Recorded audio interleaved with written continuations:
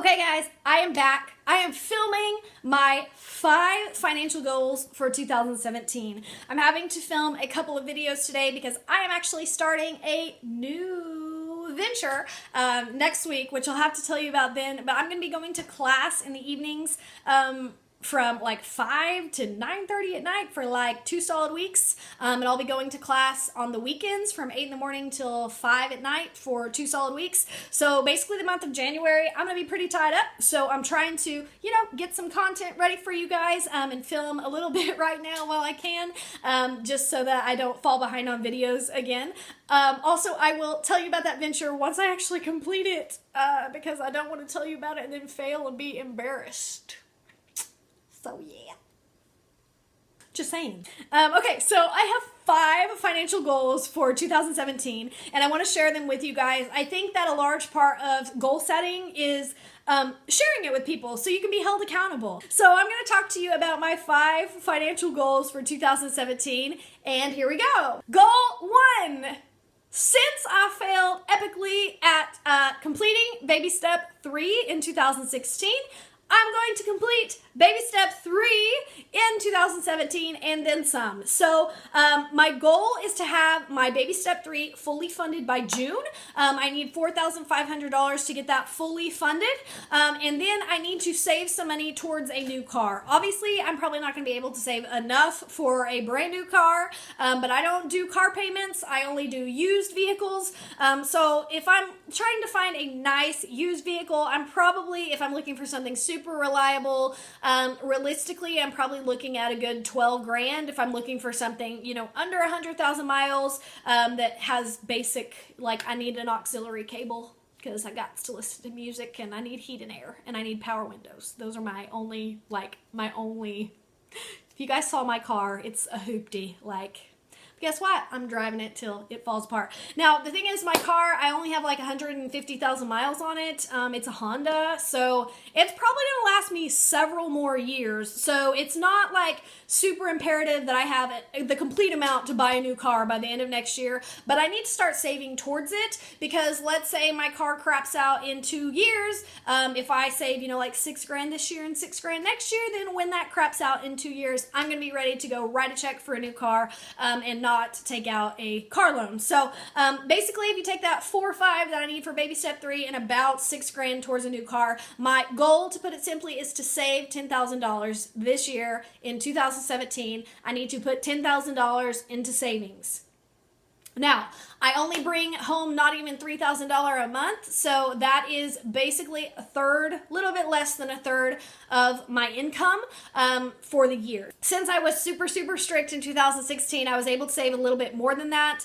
I'm going to loosen the reins a little bit. I probably shouldn't, but that's going to be my goal because I think it's super realistic. Hopefully, I'll be able to blast past that goal, but my goal is to save $10,000 this year.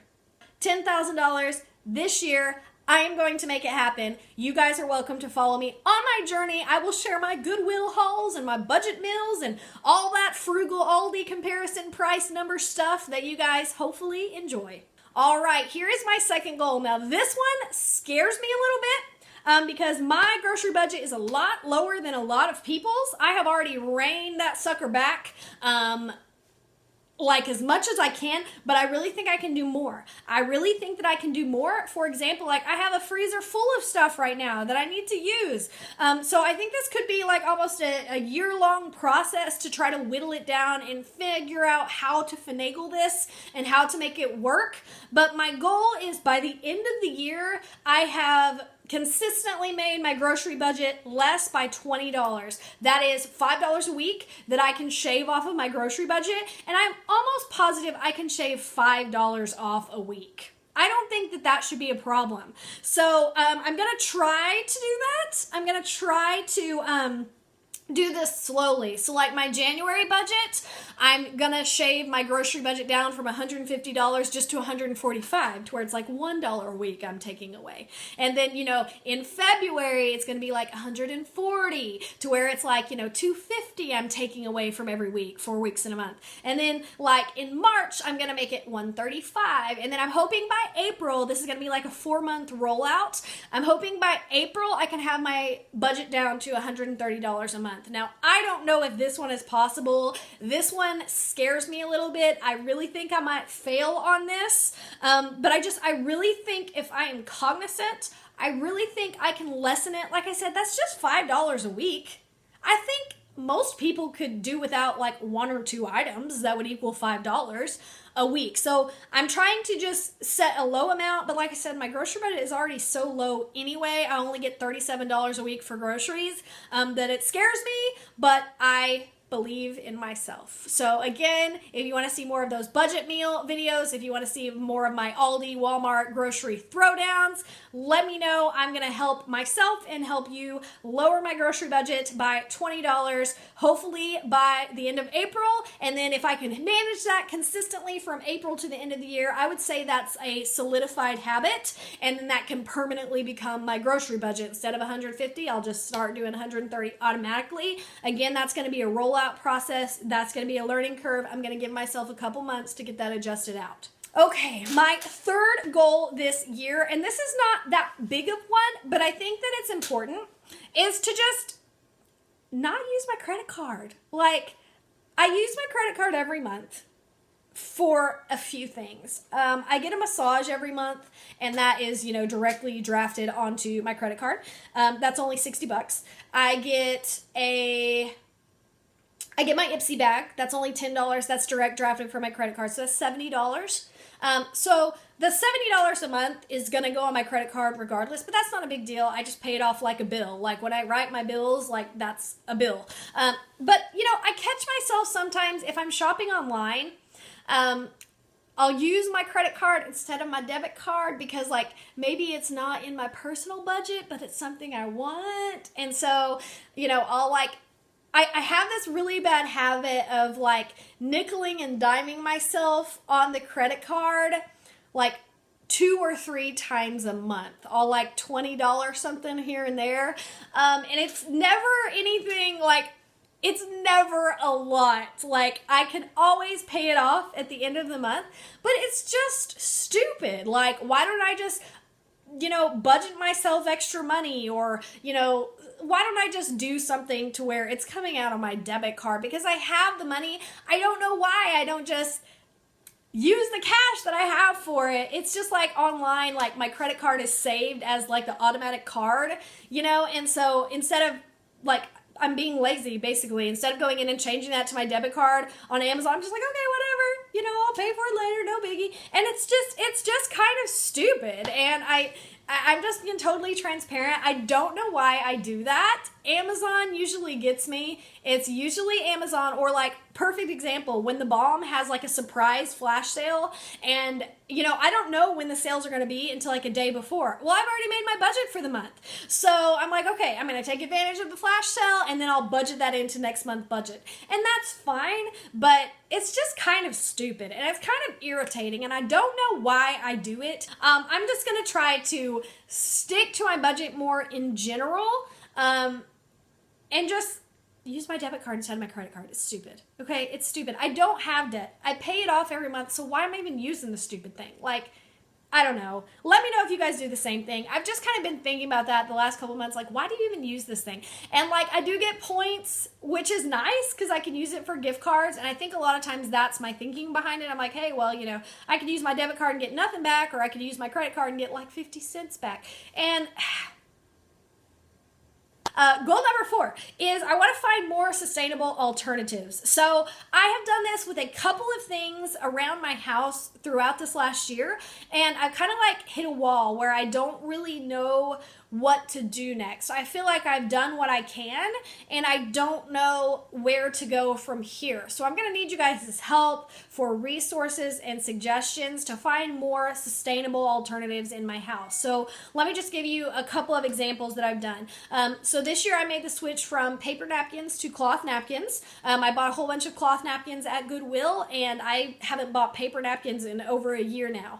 I also bought like 2 big bolts of fabric fabric from Goodwill and cut them up into cleaning cloths. I also had several just nasty holy t-shirts that I cut up into cleaning cloths. And so last year I bought one for the whole year, $5, I think it's an 8-roll, maybe 10-roll pack of paper towels from Dollar General. It was a $5 pack of paper towels, and that lasted me the whole year. Because normally when I clean, I'm using those cleaning cloths and I just wash them and reuse them and reuse them and reuse them. And they look disgusting, but it's a cleaning cloth. Like, who cares, right? I'm using it to dust. But I need more ideas, I guess, like that. I basically switched from paper to cloth, but I'm not sure what to do additionally. So if you guys again have resources or ideas for that, let me know. I just think that's a good thing in general for the environment, and two, it's really good for your budget. So I want to just seek out and find some more sustainable or cheaper alternatives for things that I can consistently implement, because those things do add up over time. All right, and my fifth, can't believe I'm saying this, my fifth and most tragic goal in 2017 is I want to lessen my personal spending by $40 a month. So that's $10 a week less than I will be giving myself. Now, that probably doesn't sound like a big deal. And this is, again, going to be a rollout thing. It's going to take me several months. So this might take more of like the whole year to actually get implemented, because this is like where I struggle. So right now in my budget, I get $60 a week personal spending, and a lot of people are like, oh, that's a lot. A lot of people give themselves that for the whole month.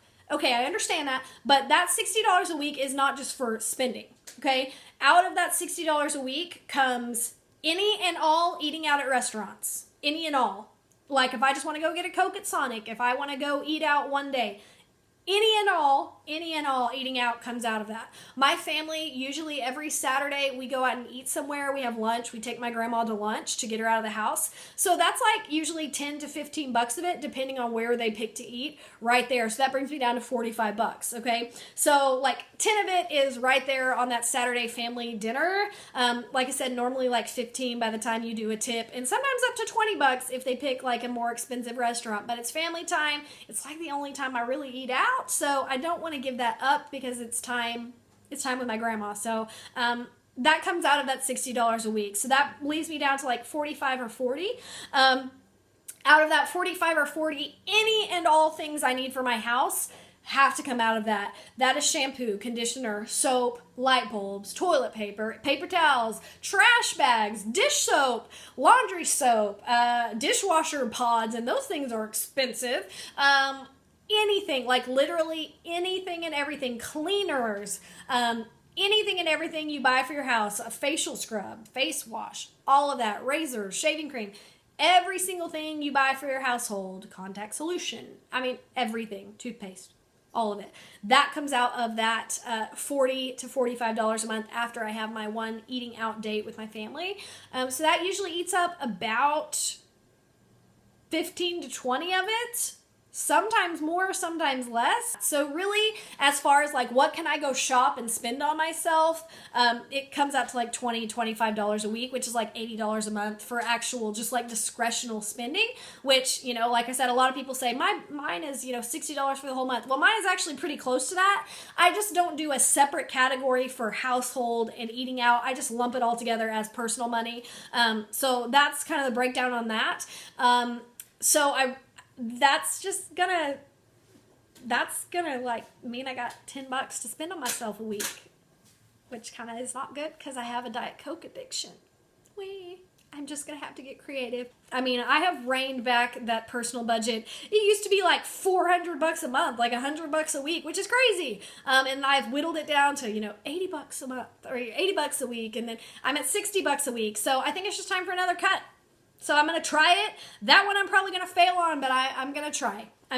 So again, if you guys want to see more budgeting videos or how I'm actually budgeting my money every single month, a more detailed plan, or if you want me to kind of check back at the end of each month and tell you what parts I busted and what parts I actually followed through with, let me know. So those are my 5 financial goals for 2017. Let me know your thoughts. Give me your resources. Give me your opinions. Give me helpful tips and tricks, because this is a pretty this is pretty serious undertaking. So, doing all of that in 1 year, I don't know, but I'm trying to change some habits. I'm trying to lessen costs even more than I already have. Let me know what your financial goals for 2017 are down below. I wish you the best luck, and I will see you next time. Bye.